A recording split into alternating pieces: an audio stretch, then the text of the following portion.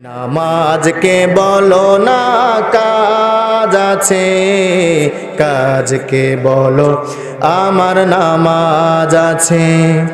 নামাজ বিহীন পরপারে কি জবাব দিবে তুমি প্রভুর কাছে? রক্তের বন্যায় ভাসতেছে, রক্তের বন্যায় ভাসতেছে। হঠাৎ করে তার কলিজার ধন একটা আওয়াজ ওয়া করে উঠছে। মা রক্তের দিকে দেখে নাই, কাপড় চোপড় নষ্ট হয়ে গেছে দেখে নাই। তাড়াতাড়ি দুইটা হাত সামনে দিয়ে দিছে, তাড়াতাড়ি দিয়ে আমার কলিজার ধন বুকে দে, বুকে দে। আল্লাহু আকবার, আল্লাহু আকবার। কলিজার ধন বুকে দে। কলিজার টুকরা সন্তানের দিকে তাকায়া মা একটা হাসি দিছে। কিলো কিলো রক্ত চলে গেছে, মার কোনো ব্যথা নাই। কাপড় চোপড় নষ্ট হয়ে গেছে, মার ব্যথা নাই। যখন আমাকে আপনাকে যখন মা একটা নজর দেখছিল, মার সমস্ত কষ্ট দূর হয়ে গেছে। মার কোনো ব্যথা নাই, মার কোনো কত রক্ত ভাগতেছে, মার কোনো ব্যথা নাই।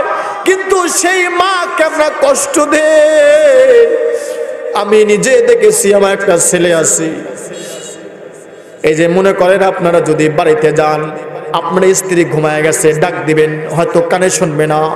দরজা খটখটাবেন, আওয়াজ শুনবে না, হয়তো পরে খুলবে। কিন্তু পরের দিন আপনি ঘুমায় আছেন, গভীর রাত হয়ে গেছে, বেশি ডাকা লাগবে না, শুধু সন্তান একটা ওয়া করে উঠবে, সাথে সাথে মার মধ্যে ভালোবাসা উতলায় ওঠে। ইন্নাল্লাযীনা ক্বালু রাব্বুনা আল্লাহু সুম্মা ইসতাকামু তাতানাজ্জাল ثم استقاموا تتنزل عليهم الملائكة ألا تخافوا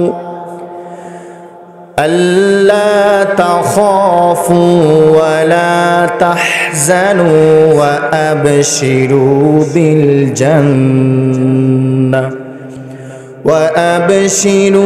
بالجنة التي كنتم توعدون।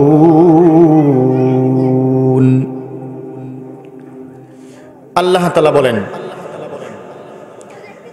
ইন্নাল্লাযীনা ক্বালু রাব্বুনাল্লাহ, যারা বলে, যে সমস্ত বান্দা বান্দি বলে আমার রব আল্লাহ। বলেন তো আমাদের রব কে? আল্লাহ। জোরে কে?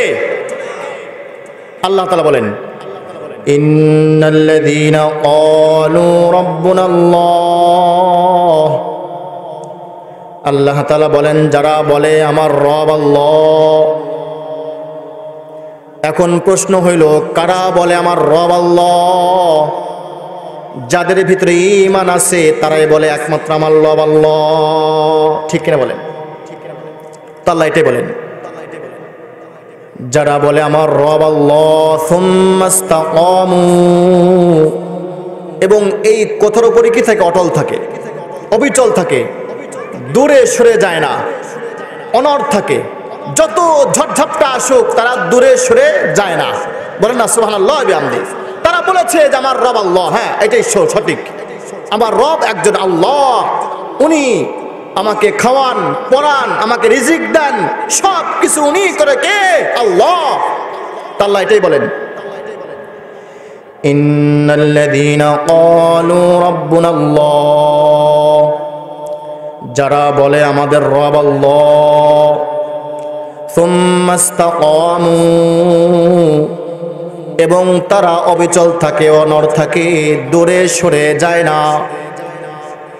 তারা দূরে সরে যায় না, যতই ঝড় ঝাপটা আসুক দূরে সরে যায় না। ঝমঝম করে বৃষ্টি পড়তেছে, আকাশ থেকে মেঘ ডাক পড়তেছে, কিন্তু আজান হয়ে গেছে, তারা বাড়ি থাকে না। বৃষ্টি পড়তেছে, আকাশ থেকে ঝড় শুরু হয়ে গেছে, গাছের ডাল ভেঙে পড়তেছে, কিন্তু বান্দা বাড়িতে থাকতে পারে না, ঠিক কিনা বলেন? সে হাঁটি হাঁটি পা পা করে মসজিদে চলে গেছে। বাড়ি থেকে নিষেধ করতেছে, মসজিদে যায় না, বাড়িতে নামাজ পড়েন, কিন্তু বলতে না না, আমার রব ডাকতেছে, আমার রব ডাকে। আমি যাই মসজিদে কোনায় যায় আমার রবের কুদরতি পা একটা সেজদা দিয়ে আসি। বলেন না সুবহানাল্লাহ। আমার রব ডাকতেছে, মোরা তো একদিন লাগবেই। মরলাম না হয় গাছের ডাল ভেঙে পড়ে মরলাম, মরলাম না হয় আকাশ থেকে ডাক পড়তেছে মরলাম, সমস্যা কি? আল্লাহু আকবার। তারপর আমি মসজিদে যাওয়া বন্ধ দেব না। তো তারা যতই ঝড়ঝাপটা আসুক তারা দূরে সরে যায় না। আল্লাহ এটাই বলেন, ইন্নাল্লাযীনা ক্বালু রাব্বুনাল্লাহ, যারা বলে আমার রব আল্লাহ, শুধু মুখে বললে হবে না আমার রব আল্লাহ, জিকির করলাম আমার রব আল্লাহ, আমার রব আল্লাহ, আমার রব আল্লাহ, জিকির করলে হবে না, কাজে খাতায় কলমে প্রমাণ দিতে হবে, ঠিক কিনা বলেন? তার মানে নামাজ পড়া লাগবে। যখনই আপনি নামাজ পড়বেন, এই যে আপনাদের মসজিদের উদ্যোগে মাহফিল, যখন আপনি নামাজ পড়বেন তখনই বলা হবে ক্বালু রাব্বুনাল্লাহ, আমার রব আল্লাহ, ঠিক কিনা বলেন? আপনি নামাজ পড়লেন না কিন্তু মুখে বলতেছেন আমার রব আল্লাহ, তাহলে কিন্তু হবে না। মুখেও বলা লাগবে, কাজে প্রমাণ দিতে হবে। আজান ভেসে আসতেছে কিন্তু আপনি মসজিদে যান নাই, আর মুখে বলতেছেন ক্বালু রাব্বুনাল্লাহ, আমার রব আল্লাহ, তাহলে হবে না। রোজা সামনে আসতেছে, রোজা রাখেন নাই, এমনকি আপনার ছোট মেয়ে রোজা রাখে, আপনার ছোট মেয়ে রোজা রাখে, আপনার ছোট ছেলে রোজা রাখে, আপনার স্ত্রী রোজা রাখে, কিন্তু আপনার অসুস্থ হন নাই, তারপরও কোনো সমস্যা নাই, রোজা রাখেন নাই, আর মুখে বলতেছেন, জিকির করতেছেন আমার রব আল্লাহ, তাহলে হবে? তাহলে কি মুখে বললে হবে না? প্রত্যেকটা আল্লাহ তাআলার পক্ষ থেকে বিধিবিধানগুলো মানতে হবে। নামাজ, রোজা, হজ, যাকাত ইত্যাদি, দান খয়রাত সবকিছু করা লাগবে, তারপরেই না হবে ক্বালু রাব্বুনাল্লাহ, আমার রব আল্লাহ, ঠিক কিনা বলেন? রোজা আমি রাখলাম না, আমার লজ্জাও করে না, আমার ছোট মেয়ে রোজা রাখে, আমার ছোট ছেলে রোজা রাখে, এমনকি আমিও মানুষের সামনে প্রশংসা করে যে হ্যাঁ হ্যাঁ আমার ছোট ছেলে মাদ্রাসায়, রসুলপুর মাদ্রাসায় পড়ে, কত সুন্দর, সে মাত্র 10 বছর বয়স, রোজা রাখে, কিন্তু ওই যখন কথা বলতেছে তখন তার মুখে বিড়ি, ঠিক কিনা বলেন? তার মুখে হয়তো পান চাবায় চাবায় বলতেছে আমার ছেলে রসুলপুর মাদ্রাসায় পড়ে, কি সুন্দর শিক্ষায় শিক্ষিত হয়েছে, রোজা রাখে, রোজা ভাঙ্গে না, কিন্তু তার কপালে রোজা নাই, সে রোজা রাখে নাই, আর মুখে বলতেছে ক্বালু রাব্বুনাল্লাহ, তাহলে হবে না, ঠিক কিনা বলেন? আজ থেকে 10 বছর আগে যাকাত ফরজ হয়েছে, যাকাত ঠিক মতো দেয় না, হজ করে না, দান খয়রাত করে না, কিন্তু মুখে বলতেছে ক্বালু রাব্বুনাল্লাহ, আমার রব আল্লাহ, তাহলে হবে? কথা বলেন, হবে না? যা হোক, যে আলোচনা করলাম, তাহলে ইন্নাল্লাযীনা ক্বালু রাব্বুনাল্লাহ, কথাগুলো খুব খেয়াল করেন। যারা আল্লাহ তাআলা বলতেছেন, যারা বলে আমাদের রব কে, কথা বলেন কে? আল্লাহ। সুম্মা ইসতাকামু, এবং এই কথার উপরে, এই আমলের উপরে কে থেকে অটল থাকে, অবিচল থাকে।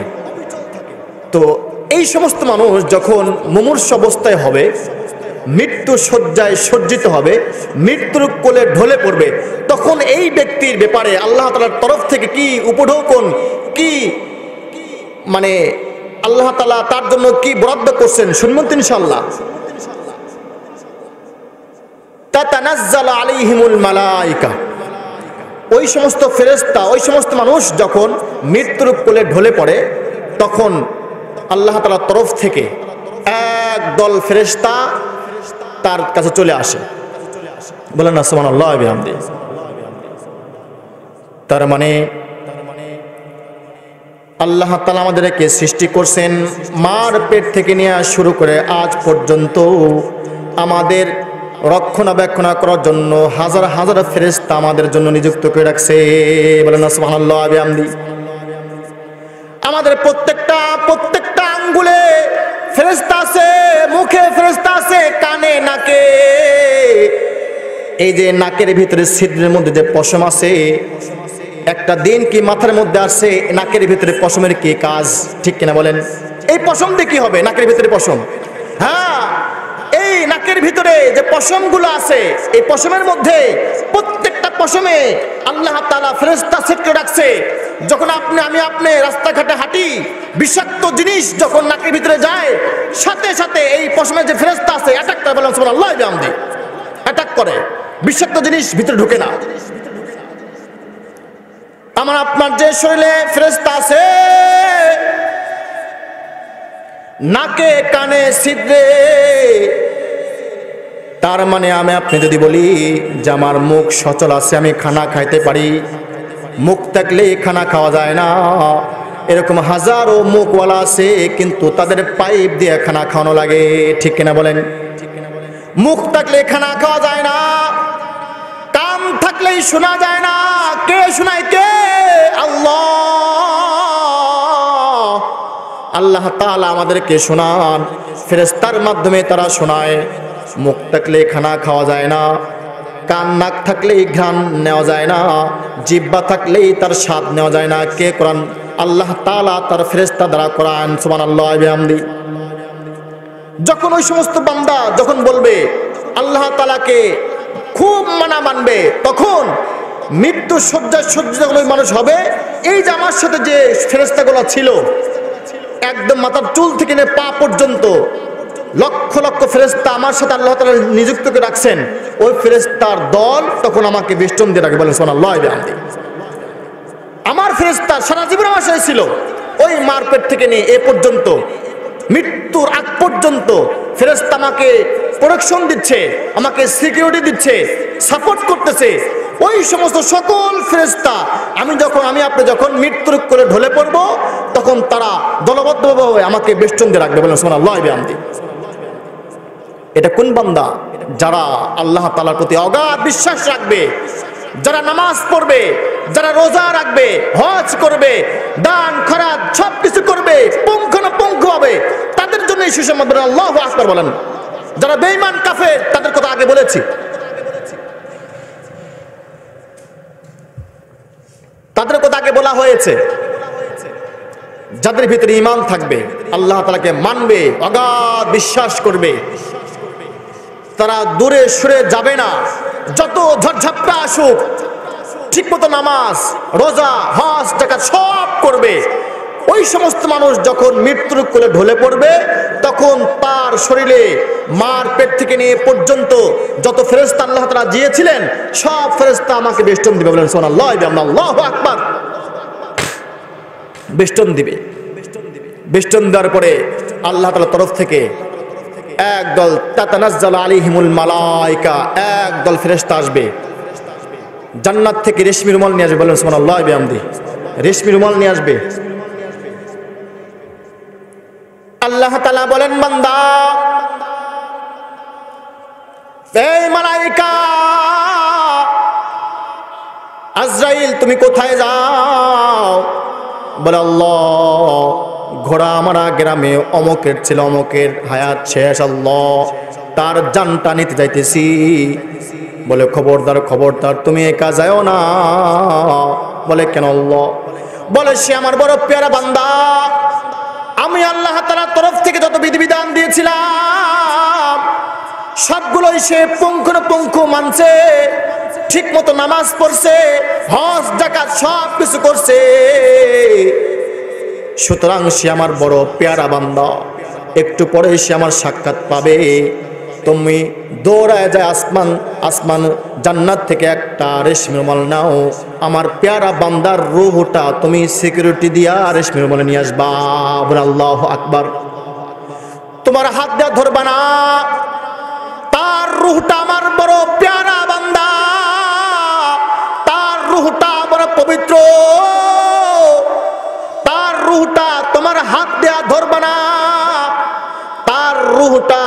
রেশ নির্মল নেয়া ধরবা এবং তুমি একা যাবা না, তোমার সঙ্গপঙ্গ যারা আছে তাতানাজ্জাল আলাইহিমুল মালাইকা, একদল ফেরেশতা নিয়ে চলে যাবা। যার পরে তার জানটা আস্তে করে বের করে নিয়ে চলে আসবা। আমি আল্লাহ তাআলা তার সান্নিধ্য পাওয়ার জন্য বসে আছি। আল্লাহু আকবার, আল্লাহু আকবার, লিল্লাহি তাকবীর।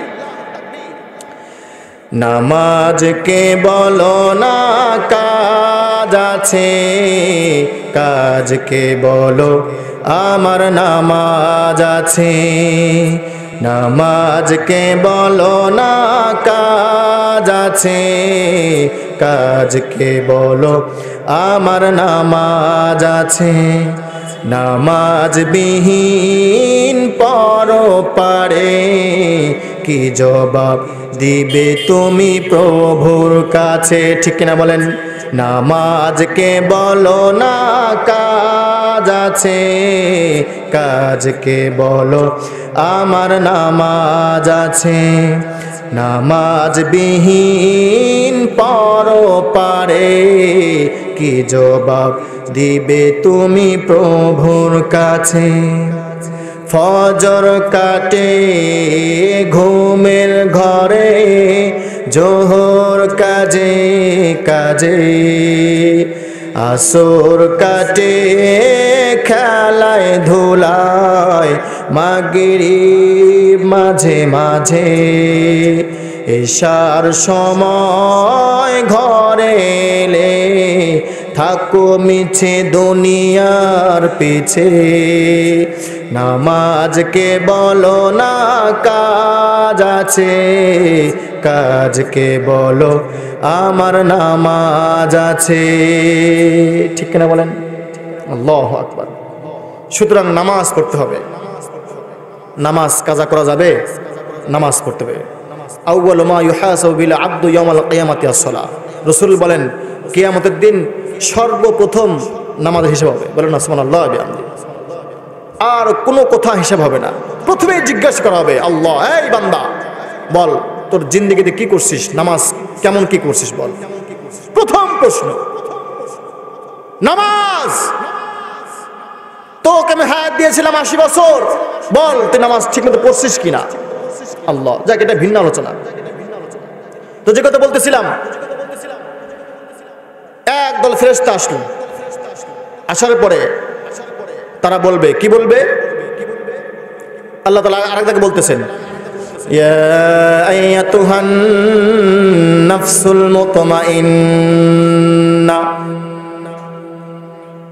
ফেরেশতা আসবে, আসার পর বলবে, ইয়া আইয়াতুহান নাফসুল মুতমাইন্না, হে প্রশান্ত আত্মার অধিকারী, হে প্রশান্ত আত্মা, হে পবিত্র আত্মা, ইরজিই ইলা রাব্বিক, ফিরে চলো।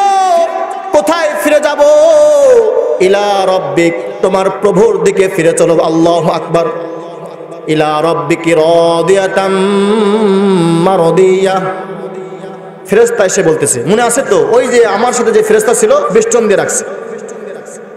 এরপরে আল্লাহ তাআলার তরফ থেকে আজরাইল আলাইহিস সালাতু ওয়াস সালাম একদল ফেরেশতা নিয়ে আসছে, এসে ডাকতেছে।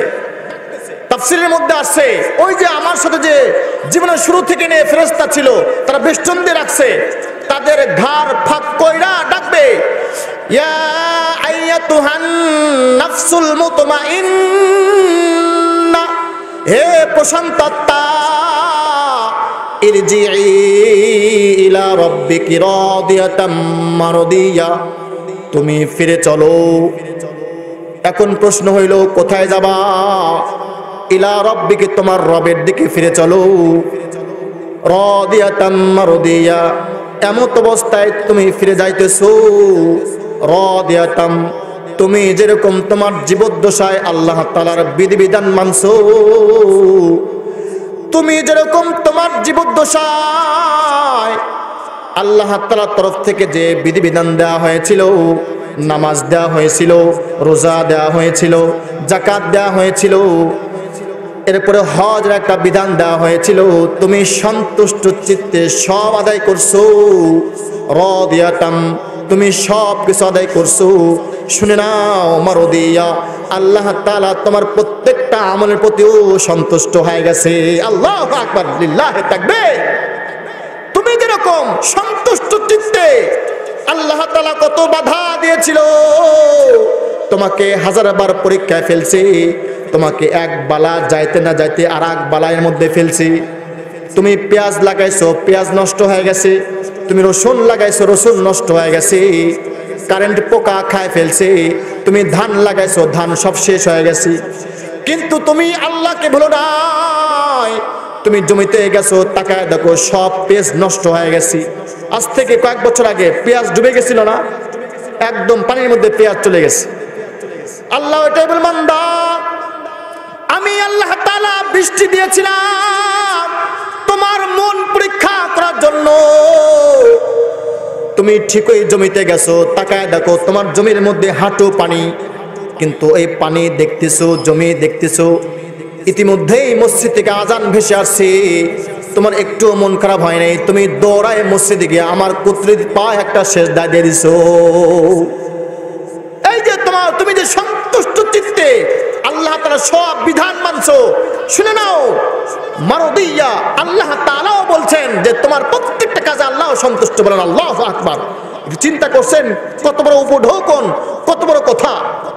ওই ব্যক্তি, যে ব্যক্তির মধ্যে ঈমান আছে, যে ব্যক্তি আল্লাহ তাআলা সমস্ত বিধিবিধান মানছে, এটা কিন্তু ওই ব্যক্তি না যারা মানবে না, যারা নামাজ পড়বে না, যারা রোজা রাখবে না, তাদের জন্য না। কিন্তু যারা পাক্কা ইমানদার, ইমানি জোশ যাদের ভিতরে আছে,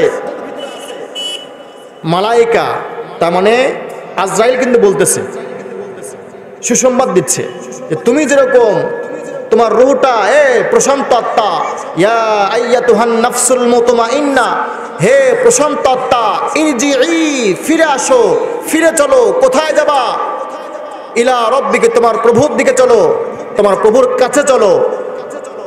রাদিয়াতাম মারদিয়া, এমত অবস্থায় যে তুমি প্রত্যেকটা কাজ সন্তুষ্ট চিত্তে করেছো। বলেন না সুবহানাল্লাহ বিহামদি। এরপরেও আবার বলতেছে ওই আগের আয়াতে, আল্লাহ তাখাফু ওয়ালা তাহজানু ওয়া আবশিরু বিল জান্নাহ, বলতেছে কোনো ভয় নাই। আল্লাহ তাখাফু ওয়ালা তাহজানু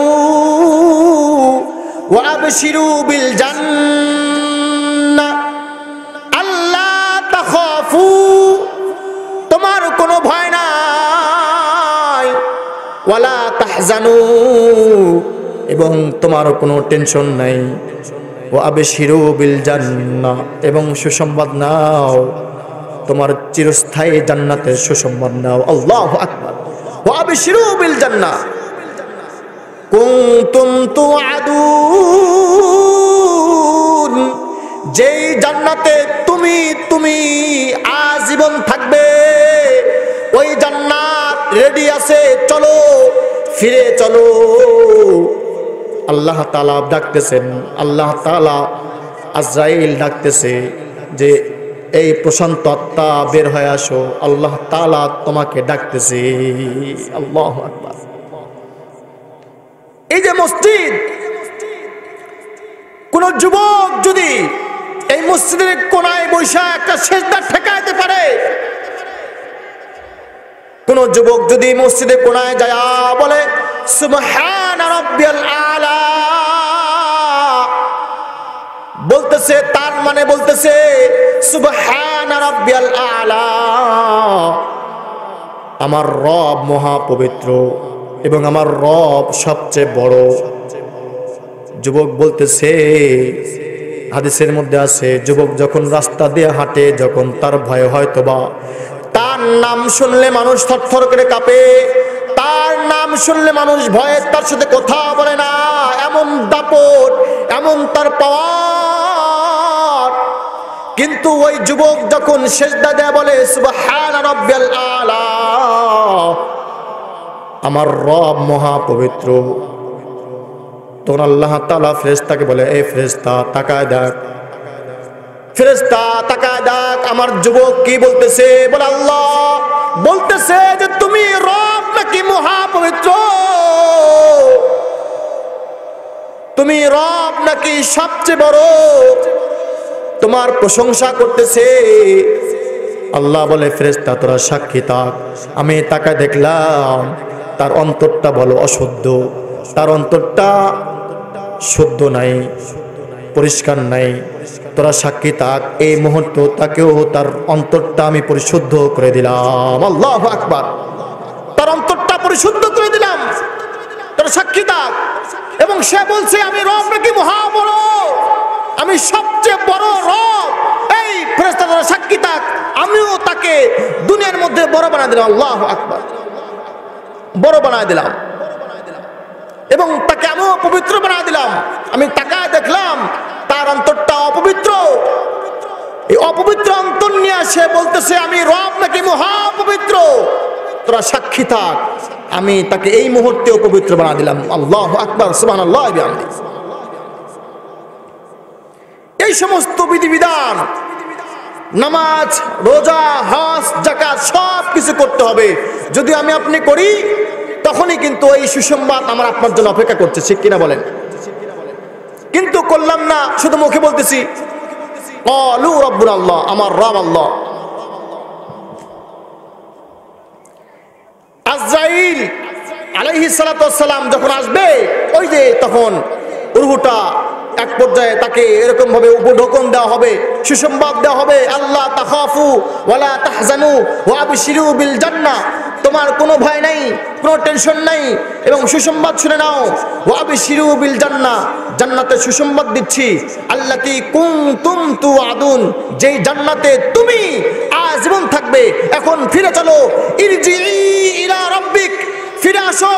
হে আইয়াতুহান নাফসুল মুতমাইন্না, হে প্রশান্ত আত্মা, ইরজিই, ফিরে চলো। কোথায় যাব? ইলা রাব্বিক, তোমার প্রভুর দিকে। বলেন না সুবহানাল্লাহ বিহামদি। রাদিয়াতাম মারদিয়া, এমত অবস্থায় যে তুমি সব কাজ করছো সন্তুষ্ট চিত্তে করেছো, সব কাজ করছো তুমি, আল্লাহ তাআলা খুশি হয়ে গেছে। তো এই জন্য আমাদের আল্লাহ তাআলার প্রত্যেকটা বিধিবিধান আমরা পঙ্কনপঙ্ক মানবো তো ইনশাআল্লাহ। নামাজকে ছাড়বো নাকি ধরবো? বলেন দেখি, নামাজকে ছাড়বো না ধরবো? রোজাকে ছাড়বো না আরো করবো ইনশাআল্লাহ। বিশেষ করে নামাজ, রোজা, হজ, যাকাত, দান, খয়রাত সব কিছু করতে হবে ইনশাআল্লাহ। যদি কারো উপর ফরজ না হয়, সে কি কেমনে করবে? বলে ঠিক না? কারণ কারো ফরজই হয় নাই হজ বা জাকাত, সে গরিব মানুষ, সে তো এই দুটা পারবে না, কিন্তু সে তো নামাজ পড়তে পারে। নামাজ, আল্লাহু আকবার।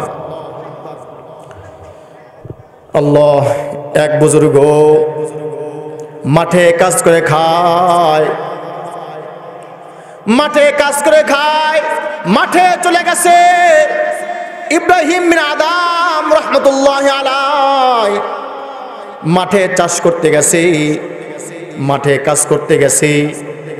আজান হয়ে গেছে, কিন্তু আজান শোনার পরে উনি আস্তে আস্তে মসজিদ জামাত চলে গেছে, জামাত শেষ হয়ে গেছে, দৌড় মারা চলে আসছে, কাঁধে গামছা, দৌড়ায় চলে আসছে। যখন মসজিদের সামনে চলে আসছে, ইব্রাহিম বিন আদম বলতেছে যে আমি মসজিদ থেকে বের হইতেছি, আর ওই মাঠ থেকে এক যুবক, এক মুরব্বী মানুষ মাঠ থেকে দৌড়ায় চলে আসে, আমাকে জিজ্ঞাসা করতেছে, হুজুর জামাত কি শেষ হয়ে গেছে না বাকি আছে? আমি বললাম যে মাত্রই আমরা জামাত শেষ করলাম।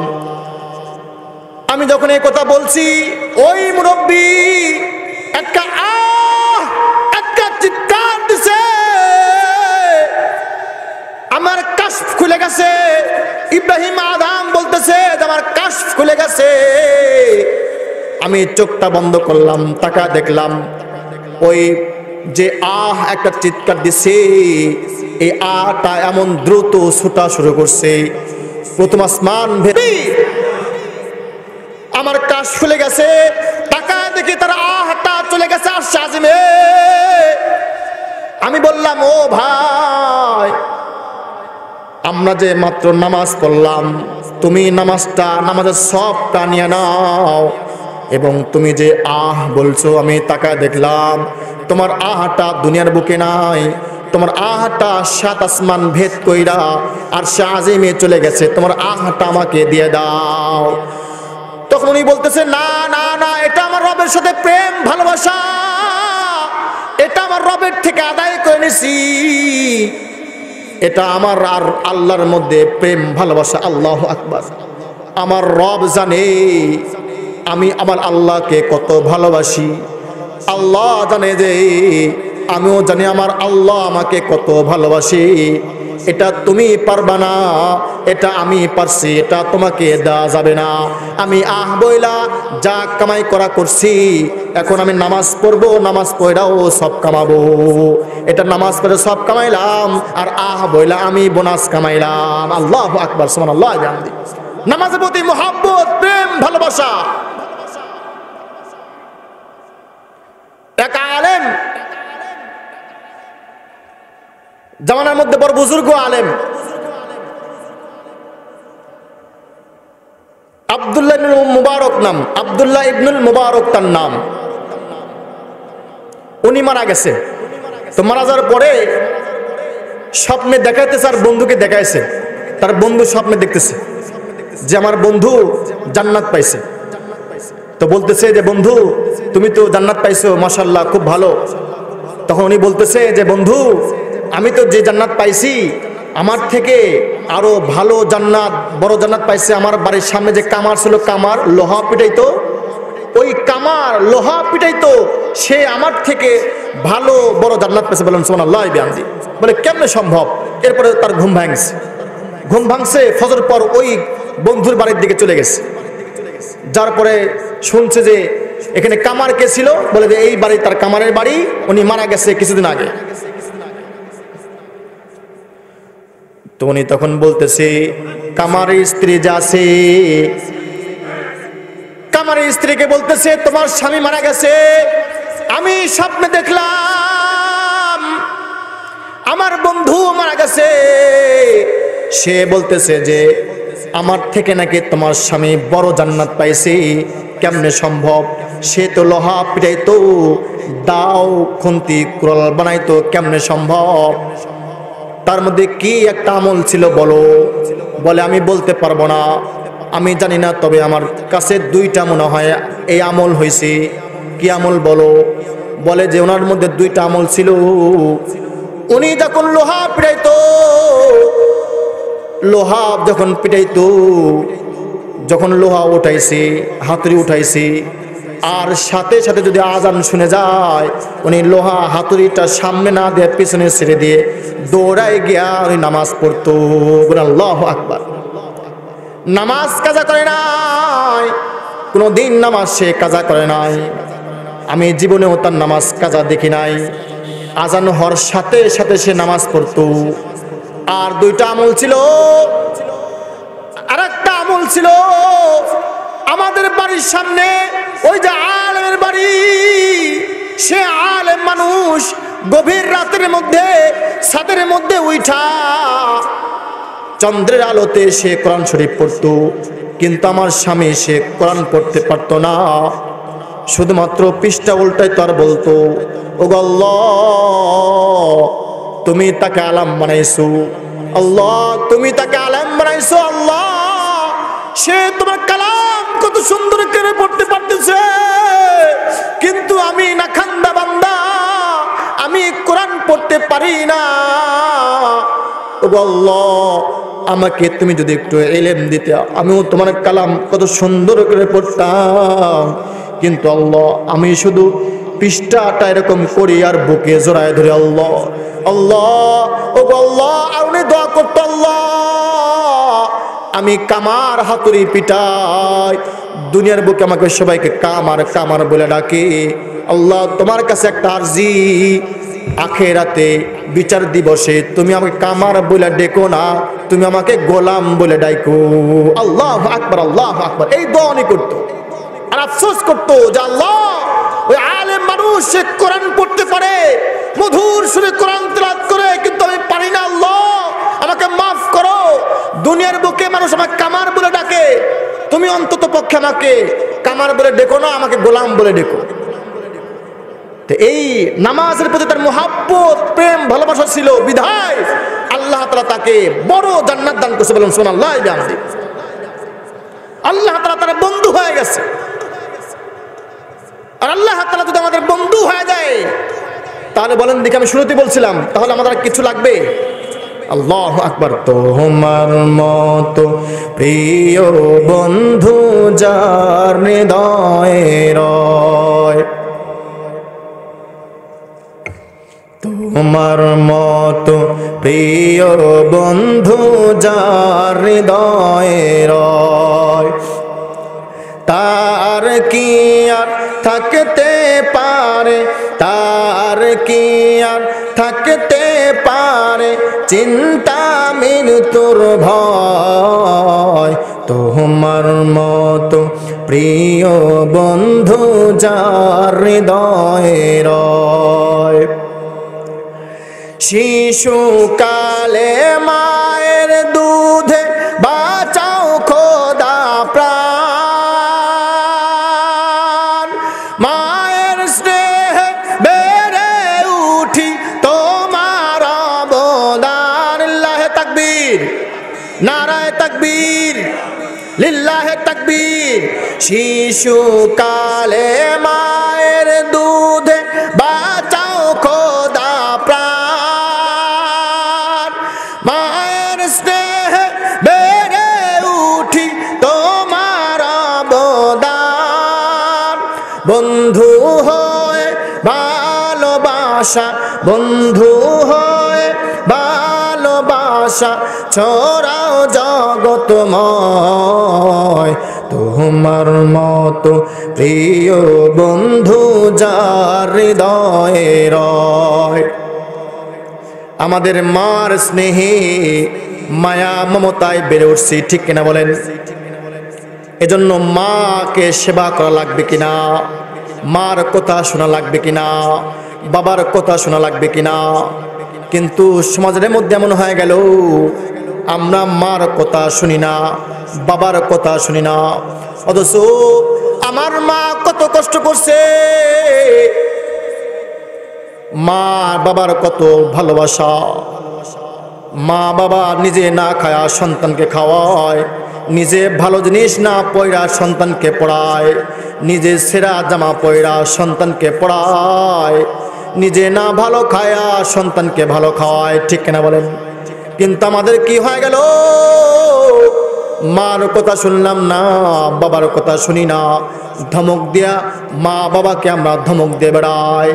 ও যুবক ভাই, কোনো সময় মা বাবাকে ধমক দেওয়া যাবে না, ঠিক কিনা বলেন? 10 মাস যখন হয়ে গেছে, সন্তান ভূমিষ্ঠ হবে হবে ভাব, কখন যেন সন্তান ভূমিষ্ঠ হয়, একটা কঠিন একটা মুহূর্ত, কঠিন মুহূর্ত। মা সবার কাছ থেকে বিদায় নেয়, স্বামীর কাছ থেকে বিদায় নেয় যে যদি কোনো ভুল ভ্রান্তি হয়ে যায় মাফ করে দিন। কারণ হইল এটা একটা মানুষ, একটা বিপদ। এই জায়গায় কতজন মারা গেছে, কত মা মারা গেছে, ঠিক কিনা বলেন? কত মা মারা গেছে। এজন্য সবার কাছ থেকে বিদায় নেয়। বিদায় নেওয়ার পরে অন্তিম মুহূর্ত চলে গেছি, রক্তর সাগর ভাঙতেছি, রক্তের বন্যায় বসতেছে। আমার মার কাপড় চোপড় সব রক্তে রঞ্জিত হয়ে গেছে। আল্লাহু আকবার। মার সব কিছু নষ্ট হয়ে যাইতেছে, রক্তের বন্যা ভাসতেছে। আর চিন্তার মধ্যে আছে যে কখন আমার কলিজার ধন টুকরা একটা আওয়াজ দিবে, ওয়া ওয়া একটা আওয়াজ হবে। রক্তের বন্যায় ভাসতেছে, রক্তের বন্যায় ভাসতেছে। হঠাৎ করে তার কলিজার ধন একটা আওয়াজ ওয়া করে উঠছে। মা রক্তের দিকে দেখে নাই, কাপড় চোপড় নষ্ট হয়ে গেছে দেখে নাই। তাড়াতাড়ি দুইটা হাত সামনে দিয়ে দিছে, তাড়াতাড়ি দিয়ে আমার কলিজার ধন বুকে দে, বুকে দে। আল্লাহু আকবার, আল্লাহু আকবার। কলিজার ধন বুকে দে। কলিজার টুকরা সন্তানের দিকে তাকায়া মা একটা হাসি দিছে। কিলো কিলো রক্ত চলে গেছে, মা কোনো ব্যথা নাই, কাপড় চোপড় নষ্ট হয়ে গেছে, মার ব্যথা নাই। যখন আমাকে আপনাকে যখন মা একটা নজর দেখছিল, মার সমস্ত কষ্ট দূর হয়ে গেছে, মার কোনো ব্যথা নাই, মার কোনো কত রক্ত ভাঙতেছে, মার কোনো ব্যথা নাই, কিন্তু সেই মাকে আমরা কষ্ট দে।